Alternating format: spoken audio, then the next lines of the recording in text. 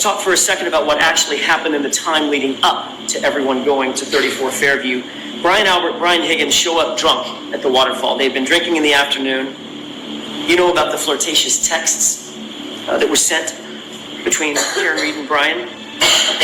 Higgins was clearly pining over Karen, but for her, the flirtation had ran its course. It was done. She was happy and committed to John. You could see that in her actions with John that night. You don't have to guess. Brian Higgins sees Karen Reed enter the bar. I didn't know she or John O'Keefe would even be there. His attention is quickly turned to John O'Keefe approaching. John greets him with a warm embrace. Then does the same with Brian Albert. Brian Albert and John show affection by patting each other's backs. Brian Higgins leans in, asking John where they're coming from. John points, indicating they were across the street at C.F. McCarthy's. For Brian Higgins to play it cool with John O'Keefe, knowing that he is flirting and wants John O'Keefe's girlfriend, Karen Reed, it says a lot about who Brian Higgins is. For him to smile at this man, knowing full well that he was entertaining flirtation and a kiss with John O'Keefe's girlfriend. And I'm aware it takes two to tango.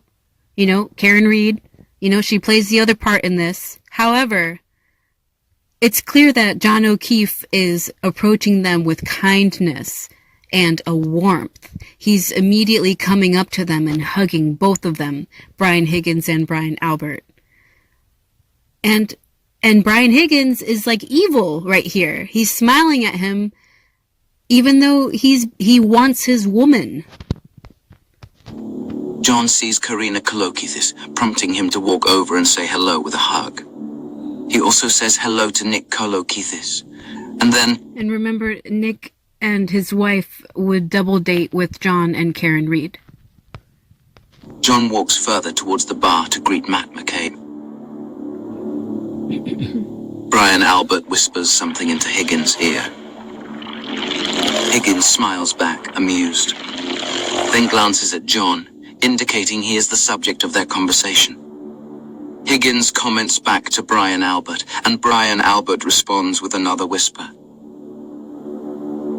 Higgins smiles again at whatever Brian Albert said, and then Nicole Albert returns from the restroom, approaches... And if, we can't know for sure who they were talking about, Brian Albert and Brian Higgins, but I believe the narrator here. I think it's likely they were talking about John O'Keefe, but it's, for Brian Albert to start it. It's like, is Brian Albert an instigator?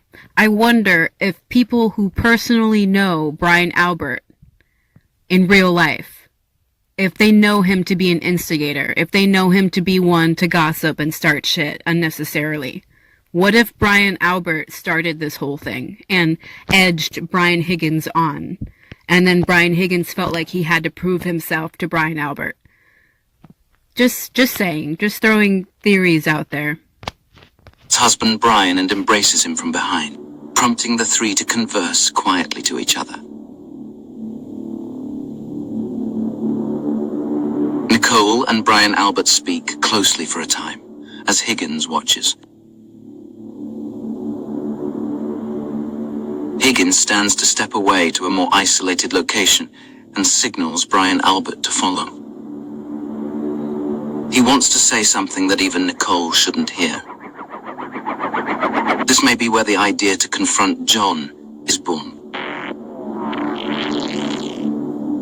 We jump ahead 3 minutes later, and Higgins, Brian Albert and wife Nicole are still positioned on one side of the table away from the rest of the group, almost as if they were spectators sitting in the front row watching a play. Brian Higgins takes a photo. His flash goes off in 3, 2, 1. He appears to have pointed the camera through the gap between Brian and Nicole Albert's backs, across the table, and taken a photo in the direction Karen Reed was standing. We know this because we then see her return, walking from that area back to John's side. John puts his arm around her and she speaks to Karina and Nick Kolokithis.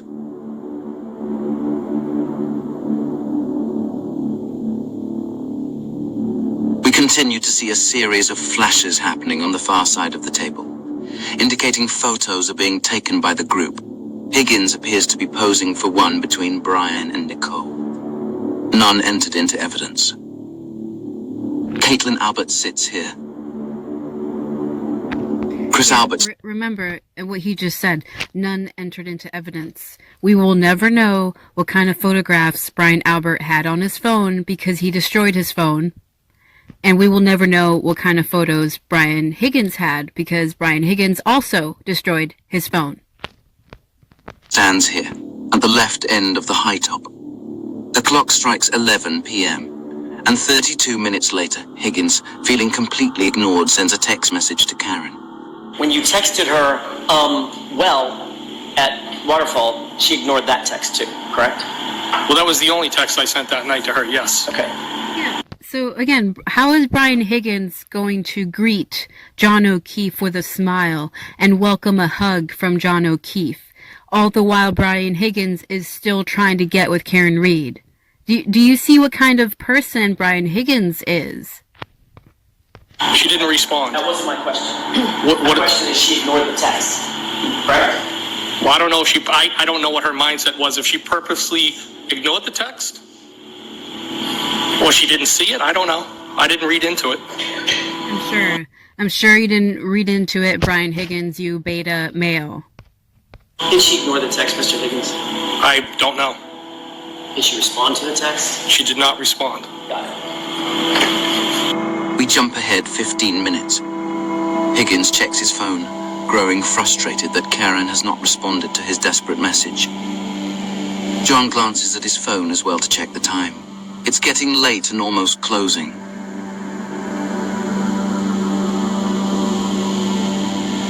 Karen and Jen McCabe converse, appearing friendly and in good spirits. They laugh together. Karen initiates a group hug, putting her right arm around Matt McCabe and her left arm around Jen McCabe. John, however, seems to take a step back. The Bryans are heavily intoxicated and feeling aggressive. They have identified their adversary in John O'Keefe and are acting out their pride. And how fucked is it that Karen Reed is hugging, embracing Jennifer McCabe and Matt McCabe, and both of them go on to lie about her on the stand. Jennifer McCabe especially goes on to help in pinning her for John O'Keefe's death. We all know Jennifer McCabe knew John O'Keefe was dying at least at 2:27 a.m. when she made that search. We all know that. So again, look at these two-faced people. Brian Higgins smiling at John O'Keefe and hugging him, all the while Brian Higgins still sends Karen Reed a text message. After the fact. He will smile at you while he texts your girl. And then Jennifer McCabe, she'll smile at you and she'll hug you with her husband. And she'll pretend she's cool with you. But then a few hours later, she will pin you. She will blame you for someone's death when you are completely innocent. Rage with a male display of dominance, otherwise known as peacocking. Jen McCabe picks up on it, but unfortunately for Higgins, Karen has her back turned. He has absolutely no idea how to get the attention from her he so desperately desires. In fact, when he realizes that he's not in her field of view, he seems to end the display. For now. She actually positioned herself away from you at the other end of the table on the opposite side in the corner. Isn't that right? This is, I went to junior high and I went to high school. This is the kind of behavior what Brian Higgins and Brian Albert are doing. That's the kind of behavior that teenaged boys do when they're trying to impress a girl. These men are well over their 40s by this time. And look at how they're acting. Yes, alcohol's involved. Maybe they reverted back to adolescence with alcohol. Or maybe both of them are just mentally that immature. Mentally that incompetent as mature men. They are not mature men.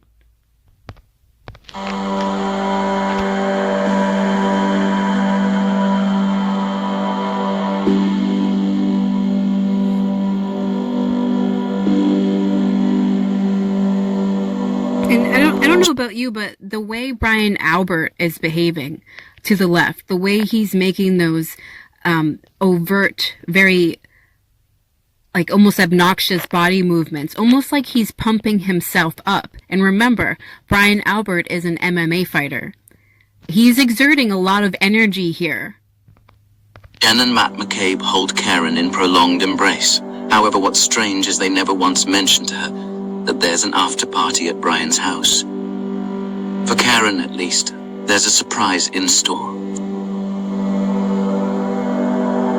Meanwhile, John has taken notice of the Bryans. Higgins, humiliated, needs validation from Brian that he's powerful. He has worth.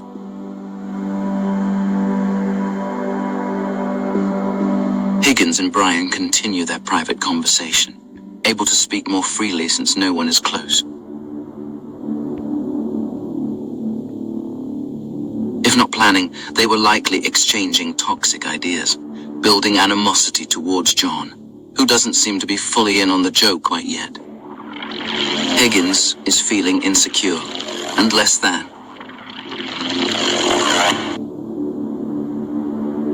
Jen McCabe continues to speak to John and Karen, with Matt standing out of view to the far right. Karen would be forgiven for believing these people are her friends. At first, I considered this may be when Jen McCabe invited John and Karen to 34 Fairview for the after-party, but then I recalled this. I said, can we make sure we're welcome here? Nobody extended the invite to me. I didn't hear the invite extended to you. So when, exactly, was John invited? And for what purpose was he to be there?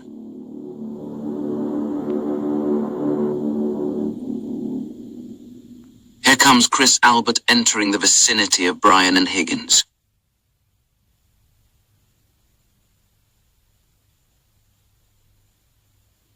Karen chats with Brian and Chris Albert, but her eyes never find Higgins. Imagine the storm of emotions he must be weathering, standing just inches away from the woman who has consumed his thoughts for weeks. She's right there, so close, yet he is helplessly bound by his own fear, unable to utter a single word. There's nothing more excruciating than being invisible to the one you desire most. I mean, that's pretty compelling motive right there. That's an excellent job, narrator. I mean, I didn't even look at it that way. That she really did overtly ignore Brian Higgins all night. She paid attention to everybody else except him. And to me, she's giving him hints like, I'm not interested anymore. Yes, we flirted. Yes, we kissed, but I'm not here with you right now. I'm here with my man, John O'Keefe. Man, but you know, again, in my opinion, Brian Higgins is a beta male. Beta males don't take shit like that very easily. They're the kind of men who murder you over shit like that, over offending their ego. You know, they try desperately to be macho. They try desperately to overcompensate for their own self-aware inadequacies that they have. They know they have. To me, in my opinion, I feel like Brian Higgins hasn't had a lot of experience with women. Or he hasn't had a very serious situation with a woman. Because the way he conducts himself is an extremely adolescent way, expecting Karen Reed to do things with him while John O'Keefe is there. Like he's behaving irrationally with irrational expectations, and he is not getting the hint. It's like he wants what he wants and he's getting pissed. Karina has her jacket on. She says goodbye and hugs John for the last time.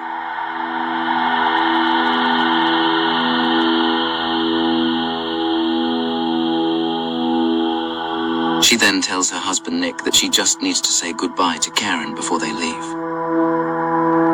Higgins is frozen like a deer, hoping not to be noticed, his body oriented towards Brian Albert's back, staring blankly into the side of his head.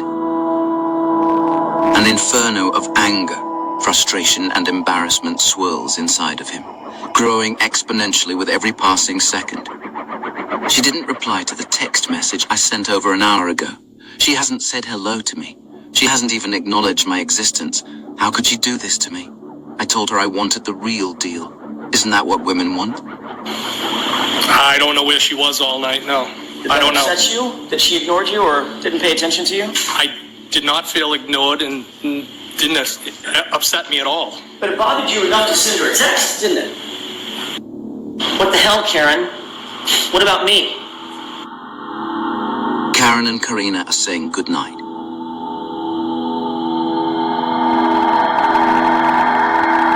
The Bryans continue their performance of alpha dominance, less a calculated strategy and more a mirror of their restless and intoxicated psychological states. Brian likes to fight when he's drinking, and Higgins has been outmatched. Yeah, Brian Albert likes to fight while he's drinking. It's like, what else does Brian Albert like to do? What other time does Brian Albert like to fight? I mean, fighting and drinking are pretty dangerous together. That's a dangerous combination. But amazing to me that they're still with their shit. They're still trying to almost like take Karen Reed's attention away from what she's doing. This is the second time that Brian Albert and Brian Higgins are doing this. And it's the second time that Karen Reed is hugging somebody. Humiliated by a taller, better-looking, much more charming man who doesn't even seem completely aware yet of the dynamics in play. A haunting moment occurs when John and Higgins lock eyes in 3, 2, 1. John must sense now that something is off. Is it just that Higgins has had one drink too many? Or is John beginning to piece it together, understanding what this is really about? And then there's that sparring and fighting that he and Brian Albert were engaged in. Of all the things they could be doing, this is what they were doing just minutes before John O'Keefe walked into that house at 34 Fairview. The bar is closing in 5 minutes. It's last call and John offers to buy them a final drink. They decline. Notice here how kind and reserved John appears, smiling and being respectful, while the Bryans are sloppy and have clearly lost control of their faculties.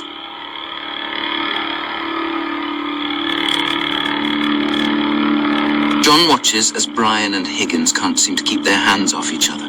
Remember, this was their state as they waited for John to walk into 34 Fairview just moments later.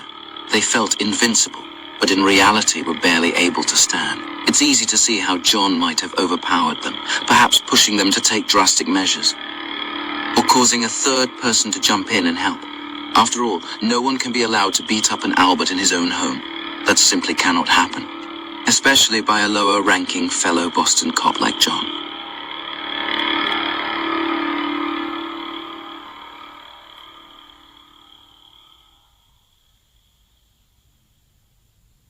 Chris Albert hugs Caitlin since he's not going to the after party with everyone else, and the rest of the Alberts head towards the door, including Higgins.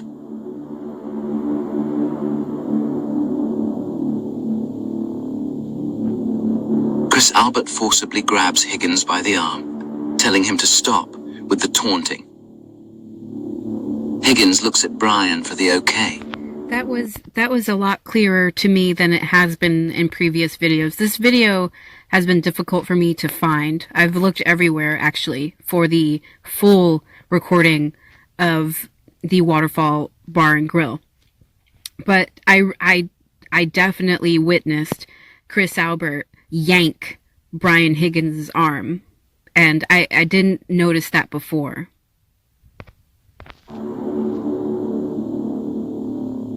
Chris and Higgins look to Brian. It's fine. Brian allows Higgins to continue. Chris raises his arms and gestures that it's too out in the open, with people watching. But whatever Brian says goes, and Higgins continues. Now, Higgins makes 3 attempts to get John's attention. The first 2 times, John wasn't looking. The third time Higgins waves his arms and yells, John gets the message, and appears to acknowledge it. I believe Higgins was yelling, "We need to have a talk. Go to Fairview." And you didn't say goodbye to John, correct? I don't think I said goodbye to anybody. And you didn't talk to him about coming over to 34 Fairview? No. Brian Higgins, however, you can see in his actions, he wasn't quite so satisfied and he wasn't done. How would you describe sort of the general sort of tone or demeanor within the group at the waterfall that night? It was fine. Everyone's just having a good time. So no arguments, anything like that? No, not at all. Chris Albert knows exactly what was said between Yeah, dude. Chris Albert's lying, Brian Albert's lying, Brian Higgins is lying. They are all lying. They are the worst kind of liars. They're like Sarah Boone. Like, there's evidence she killed her boyfriend, right? There's evidence that Chris Albert, Brian Albert, and Brian Higgins had an issue with John O'Keefe. Brian Higgins especially was trying to start shit with John O'Keefe. But all three men denied anything ever happened, even though there's evidence of it. Sarah Boone will gaslight you to your face, even when you have a recording of her suffocating her boyfriend to death in a luggage. And Brian Higgins, Brian Albert, and Chris Albert will lie to your face that everything was fine at the Waterfall Bar and Grill, even though clearly Chris Albert forcibly yanked Brian Higgins' arm to tell him to stop doing something. It was an aggressive move that Chris Albert made. But here he is, lying to all of us, a select board member for Canton, lying on the stand, lying under oath. Brian Albert, Higgins, and John. And interestingly enough, he decided to walk home instead of attending the after party with everyone else. Karen is still chatting with Karina and doesn't notice any of what had just transpired. We jump ahead to 12:10. And it's time for everyone to leave the establishment. From what we can see, John has been standing alone, conversing with no one, since the outbursts from Higgins 12 minutes ago. What was on his mind? What was he thinking about? That's when Jennifer McCabe went up to Karen and said, "You're coming with me," and she grabbed her, she put her arm around her and she said in front of me, "Hey, you come with me. We're gonna, and Karen said, "Where are we going?" And Jen said, it doesn't matter. It'll be a surprise." Was it a surprise? Or a secret? Jen McCabe, Karina, and Karen Reed exit first. Chris knows Higgins and Brian stormed out, so what is he still doing here? Is he discussing it with John, coaxing him to go there and talk to them?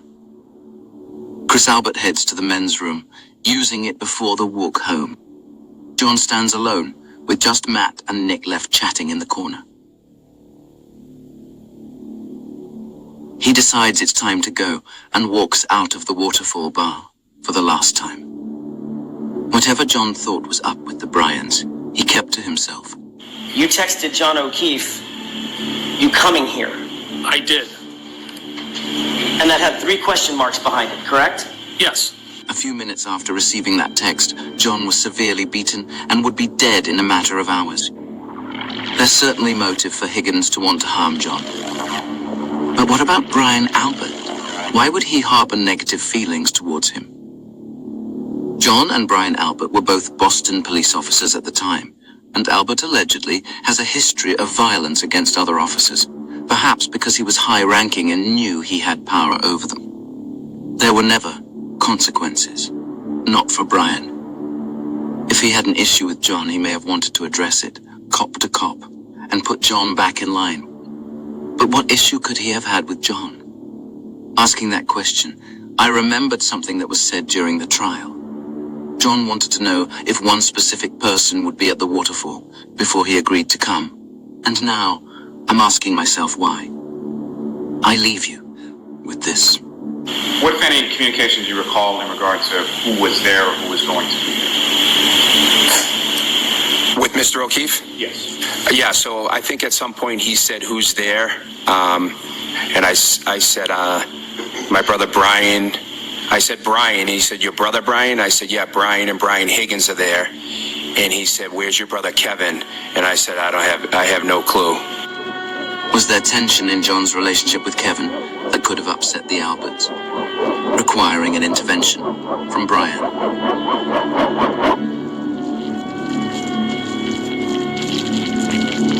That was compelling. I did not even make that connection before, so I thank Macrodots for bringing attention to that angle, that possibility. And remember, Kevin Albert, who was a Canton police officer, has been suspended after an investigation. So I'm waiting for the feds to do something here, for the FBI and the DOJ to tell everyone what their findings were. Not just what ARCA told us during the trial, but what the FBI and the DOJ concluded as a result of the independent investigation. I really hope that the federal government, whom we also pay our taxes to, by the way, the FBI wouldn't exist without our tax dollars, and neither would the Department of Justice. So I really hope that they aren't failing us like the state of Massachusetts is clearly failing its residents, its citizens, its taxpayers, in particular in Norfolk County. I really hope that the Fed steps up here and breaks this wide open and tells us what actually the fuck happened that night to John O'Keefe and who actually is involved. Because in any other crime case, if someone renovates their home after someone dies on their property, if someone renovates their home, redoes their basement, and then sells it after 2 generations, and also gets rid of their dog after 7 years, that person in any other crime case, that person would immediately become suspect number 1 for being rather suspicious. But for whatever reason, in the Karen Reed case, Brian Albert was never a suspect, even though it happened on his property. And conveniently, Brian Albert's brother, Chris Albert, is a select board member for Canton. And conveniently, Brian Albert's other brother, Kevin Albert, is a police officer for Canton. And conveniently, State Trooper Michael Proctor was lifelong friends with the Alberts and the McCabe's.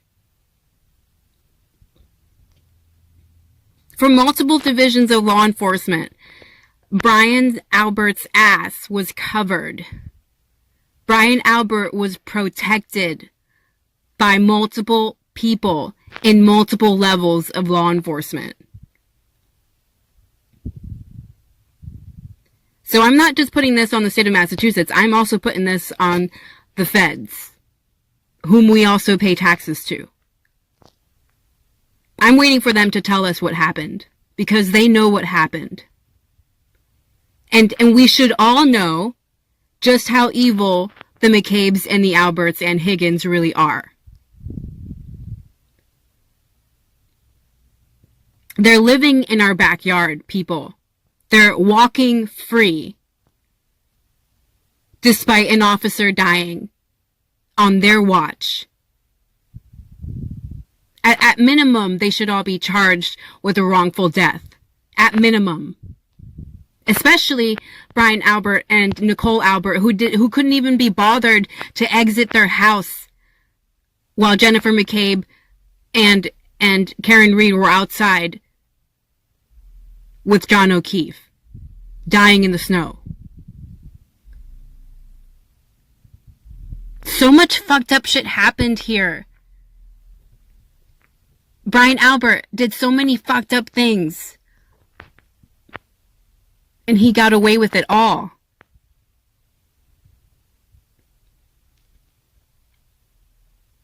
And the public wants answers. We want answers. How is this guy still walking free?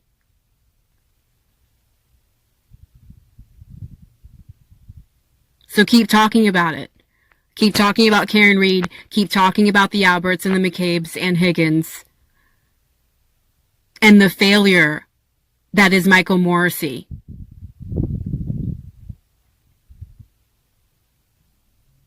Keep talking about it, because no one else needs to suffer like John O'Keefe did And no one else needs to suffer like Karen Reed is, and still is.